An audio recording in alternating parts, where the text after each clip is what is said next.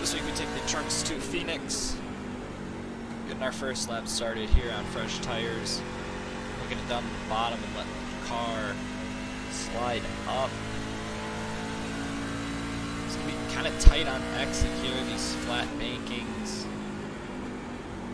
Again, we're going to hug in 3 and 4 down on the bottom. Wait for the car to rotate, roll into the gas, and drive off. Not downshifting at all. We went to a shorter gear. You can either run the 370 or the 380 here. We went with the 380, so we don't have to downshift. It's just easier to control, more consistent. If you think that maybe you can find some time downshifting, go to the 370. That'll be your friend. In here again, just hugging that bottom, riding off. Now we're gonna go to a little later in the run.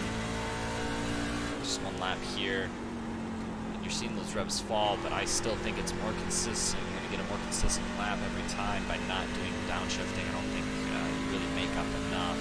You're going to get a little more rotation, but it makes your entry a little less controllable. Kind of shallow there. I'm going to try and get on the gas early. But that should do it for this week, and we'll see you next week.